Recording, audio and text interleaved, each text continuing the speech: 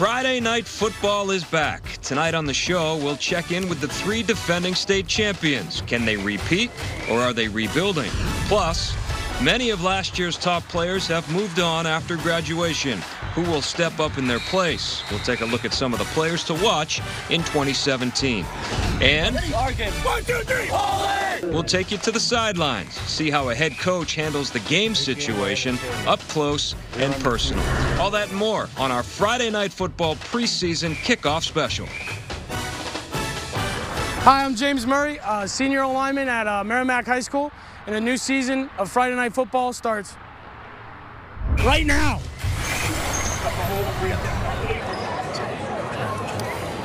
All right, thank you, James, and welcome to the Gilt Stadium in the annual Bo Dixon Clean City Jamboree. We're watching Central and Timberlane playing in the 4th game of the night, and Central just scored a touchdown, I believe, a nice touchdown pass from senior quarterback Matt Gilroy. So let's stick with it here. It looks like they are going for, actually that might have been called back chasing, because now we have 2nd and 10 from the 14-yard line. So Central looking to the air again, and this time, how about that, an interception by Andrew Wilson of Timberlane. Some great live action as we come on air with our Friday Night Football preseason kickoff special live from Gill Stadium. I'm Jamie Staten with Jason King. Welcome to another year of FNF. So we started off with a wrong play call. I guess it was a penalty. Thought it was a touchdown. Must have been a penalty. And nowhere to go but up. No. So, hey, our 23rd season doing Friday Night Football. Congratulations. Our 14th straight year with this preseason kickoff special. And as always, we'll start things off with a significant change in Division II. All right, the Trinity Pioneers will not play a varsity schedule this season. The decision was made just a week or two ago. Head coach Rob Cathcart says they had just one returning senior, one returning junior, but they have 24 freshmen and sophomores, so the future of the program is promising. As for the rest of Division II, all the teams will now play an 8-game schedule with a bye week.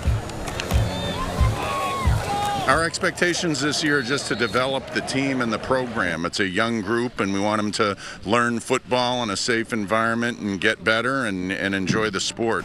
The future of the team, we plan on the team progressing and developing where it's so young. Next year, I think we'll be able to compete again at the varsity level, and then moving forward from there to have some success with a group of kids.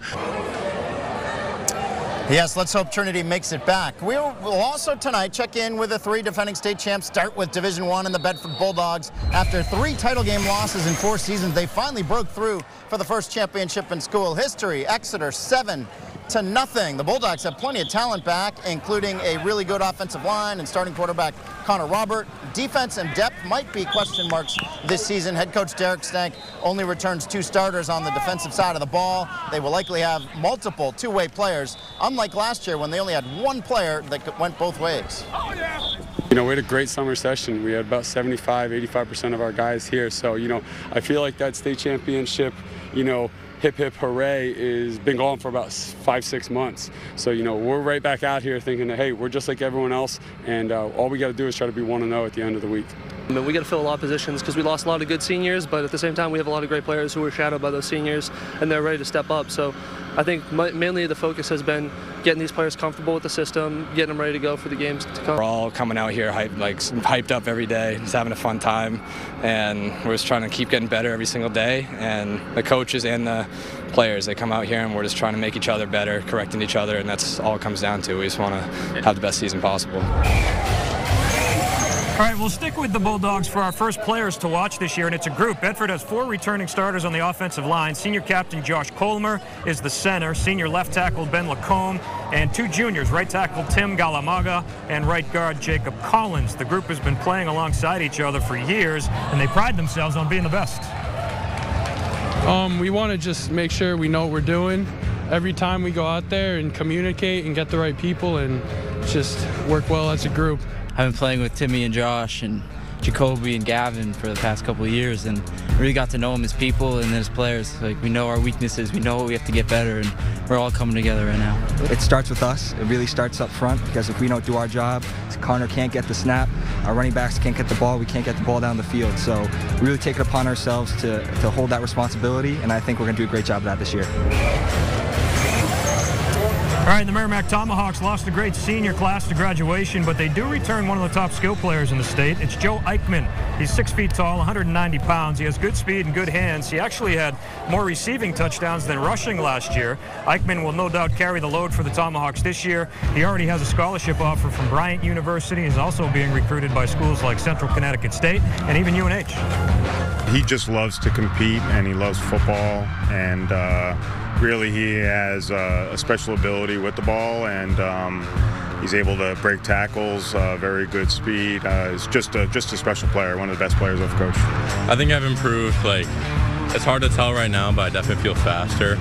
Like, physically I'm bigger and stuff, but the main thing, like, is all gonna be like mental. Like, it's just probably gonna slow a lot down for me and stuff.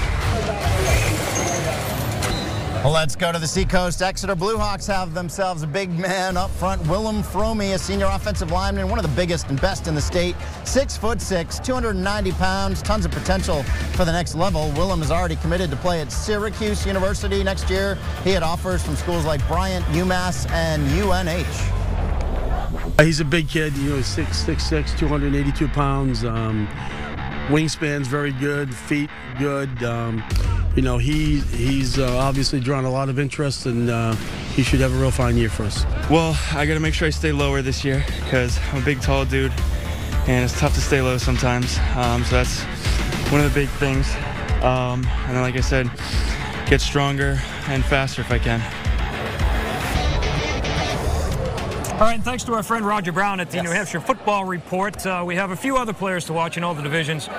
He has compiled a list of the top 50, and so here are just a few. We'll start in Division 1. These do not include prep school players. In D1, a couple of quarterbacks. Sean Holland is back for the Panthers at Nashua South, and Cody Graham is back for Portsmouth this year. He missed most of last year with an injury. Jacob Post should have a great year running the ball for the Timberlane Owls. So too should Billy Powers, the speedster and track champion at Winnicott. And how about a couple of big guys up front? Eric Stevens, a tight end for Dover, and Adam Moses, a defensive lineman at Goffstown. Again, these are just a few. You can find Roger Brown's entire top 50 list on his website, NewHampshireFootballReport.com. And one team that does not have any players on that top 50 list is Londonderry High School. We'll get to that in a second. Two head coaching changes first. Bill Hope takes over in Keene, replacing longtime head coach John Lupa.